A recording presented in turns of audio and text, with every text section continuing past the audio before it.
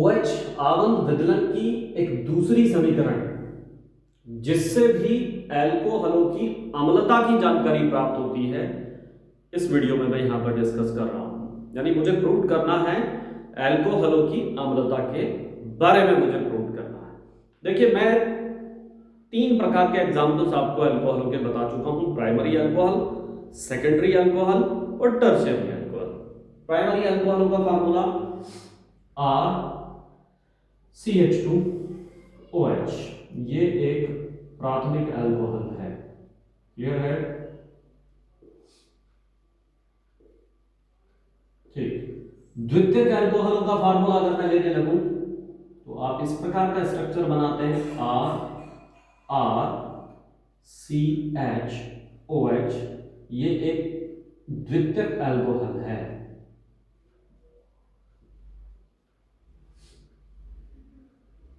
ठीक है। तृतीयक अल्कोहलों का फार्मूला अगर मैं बनाने लगूं तो उसका फार्मूला कैसे लिखते हैं आप? R और COH। ये एग्जांपल है आपका तृतीयक अल्कोहल का। अब हमें इनकी एसिडिक नेचर, अम्लीय प्रकृति की तुलना करनी है, तो मैं ये कह रहा हूं कि प्राथमिक अल्कोहल प्रबल अम्लीय होते हैं द्वितीयक अल्कोहलों से, ठीक, और द्वितीयक अल्कोहल अधिक प्रबल अम्लीय होते हैं किससे? तृतीयक अल्कोहलों से। अर्थात ये जो सीक्वेंस मैंने लिखी, ये अल्कोहलों की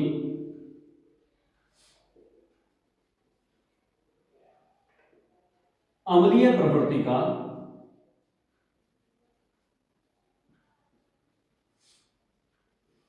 एक घटता हुआ क्रम हमें प्राप्त हुआ। अर्थात मैंने कहा कि जो तृतीयक अल्कोहल हैं उनकी अम्लीय प्रवृत्ति प्राथमिक अल्कोहलों से बहुत कम होती है। अब क्वेश्चन अराइज होता है क्यों? तो इट्स वेरी सिंपल। देखिए, ध्यान देना है आपको। प्राथमिक अल्कोहलों पर एक एल्किल समूह है, और द्वितीयक अल्कोहलों पर 2 एल्किल समूह हैं, और तृतीयक अल्कोहलों पर 3 एल्किल समूह हैं। ये जो एल्किल समूह हैं ये इलेक्ट्रॉन दाता, ठीक है, या अगर बुक में आपको दिया हो विमोचक समूह है। इलेक्ट्रॉन दाता या इलेक्ट्रॉन विमोचक समूह है। इलेक्ट्रॉन दाता या इलेक्ट्रॉन विमोचक समूह कौन होते हैं? जो आसानी से किसी दूसरे यौगिक को इलेक्ट्रॉन प्रदान करने की प्रवृत्ति रखते हैं। तो होता क्या है कि ये एल्किल समूह OH आबंध में उपस्थित ऑक्सीजन को आसानी से इलेक्ट्रॉन प्रदान करती रहती हैं, जिसका प्रभाव यह पड़ता है कि OH आबंध में जो ऑक्सीजन परमाणु है उस पर इलेक्ट्रॉन घनत्व बढ़ जाएगा। अब देखिए, चूंकि यहां पर एक एल्किल समूह है तो ये ऑक्सीजन को इलेक्ट्रॉन प्रदान करेगा, तो इलेक्ट्रॉन घनत्व ऑक्सीजन पर बढ़ेगा। यहां पर 2 हैं, जब ये दोनों इलेक्ट्रॉन प्रदान करेंगे तो इसकी कंपेयर में इस पर इलेक्ट्रॉन घनत्व अधिक होगा। ठीक इसी प्रकार से यहां 3 एल्किल समूह हैं, जब ये तीनों इलेक्ट्रॉन प्रदान करेंगे तो ऑक्सीजन पर इलेक्ट्रॉन घनत्व प्राथमिक अल्कोहलों की कंपेयर में तृतीयक पर अधिक होगा।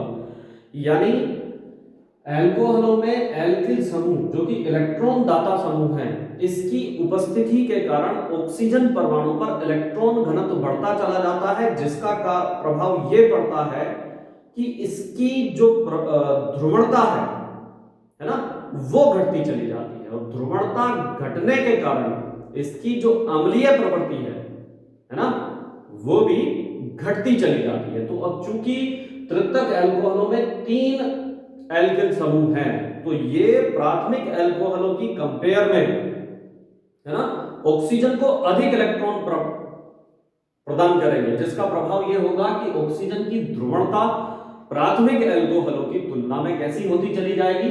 और अधिक कम होती चली जाएगी, और इसकी जो अम्लीय प्रवृत्ति है वो कैसी होगी? कम होगी कंपेयर टू द्वितीयक अल्कोहल एंड प्राथमिक अल्कोहल।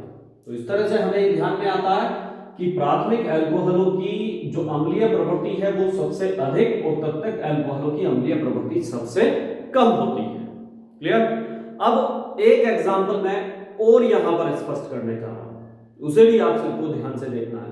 देखिए मेरे पास एक एग्जांपल है जिसमें मैं क्या कर रहा हूं, जो मैंने सोडियम फिनॉक्साइड का एक एग्जांपल लिया था, मैं जरा उसको लिख करके दिखा रहा हूं, RONA ये लिया था। आपको पता है सोडियम पर प्लस का, ऑक्सीजन पर माइनस का आवेश होता है, तो मैं इसका ये वाला पार्ट ले रहा हूं OR। ठीक, OR अभी चर्चा की थी हमने इस पे, कितने 6, ये हमने क्या ले लिया, एक एल्कोक्साइडों का एक उदाहरण ले लिया। सोडियम, ये था सोडियम एल्कोक्साइड, तो चूंकि सोडियम निकाल रहा हूं मैं, तो इसलिए मैंने इसको क्या कहा, एल्कोक्साइड आयन कहा।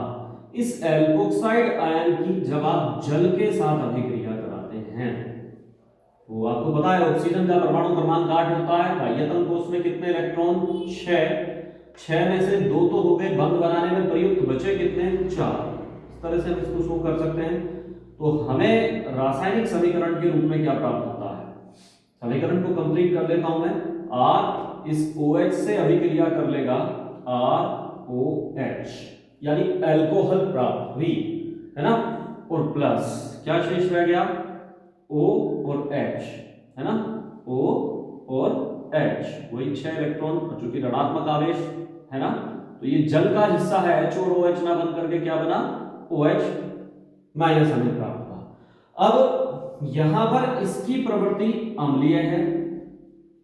अम्लीय प्रवृत्ति किसकी होती है, जो किसी को आसानी से प्रोटॉन प्रदान कर देता है। तो चूंकि इन्होंने संयोग के दौरान एल्कोक्साइडों को प्रोटॉन प्रदान किया है, तो इसलिए इनकी प्रवृत्ति अम्लीय होगी, और ये किसकी भांति कार्य करेंगे, क्षारक की भांति कार्य करेंगे। ठीक, तो हमें क्या प्राप्त होता है, अम्ल और क्षारक की अभिक्रिया के फलस्वरूप संयुग्मी अम्ल और संयुग्मी क्षारक हमें प्राप्त होते हैं। एक चीज यहां से मैं कंपेयर करना चाह रहा हूं, उसको आपको ध्यानपूर्वक समझना है। देखिए अगर मैं जल की तुलना एल्कोहलों से कराऊं, ठीक, तो मैं ये कहूंगा कि जल एल्कोहल की कंपेयर में प्रबल अम्लीय होते हैं। क्यों अम्लीय होते हैं प्रबल, क्योंकि ये आसानी से किसी भी क्षार को, जैसे कि एल्कोक्साइड एक क्षार है, उसको क्या प्रदान कर देते हैं, प्रोटॉन प्रदान कर देते हैं। तो यहां भी एक छोटा सा पॉइंट हमारे लिए डिस्कशन का है कि अगर मैं अम्लों की कंपेयर, ठीक, अम्लों की तुलना जल से करूं और ये पहचानने की कोशिश करूं कि कौन प्रबल है और कौन दुर्बल अम्ल है, तो मुझे यहां बिल्कुल स्पष्ट दिखाई देता है कि अल्कोहल की तुलना में जल की जो प्रवृत्ति है वो अम्लीय होती है। ये मैंने किस आधार पर पता लगाया, क्योंकि ये जो पदार्थ किसी क्षारक को आसानी से प्रोटॉन प्रदान करने की क्षमता रखते हैं वो क्या कहलाते हैं, अम्ल कहलाते हैं। तो ये चूंकि जल का अणु आसानी से एल्कोक्साइड क्षारक को क्या करता है, प्रोटॉन प्रदान कर देता है, तो इसलिए ये अम्ल कहलाएगा, और जो प्रोटॉन लेता है वो क्या कहलाता है, क्षारक कहलाता है। ठीक, अगर मैं एल्कोक्साइड क्षारक की तुलना सोडियम हाइड्रोक्साइड से करूं, ठीक है, तो ये सोडियम हाइड्रोक्साइड की तुलना में प्रबल क्षारक होगा। क्यों होगा प्रबल क्षारक, क्योंकि ये आसानी से प्रोटॉन को ग्रहण कर लेता है। तो 2 पॉइंट निकल करके आते हैं।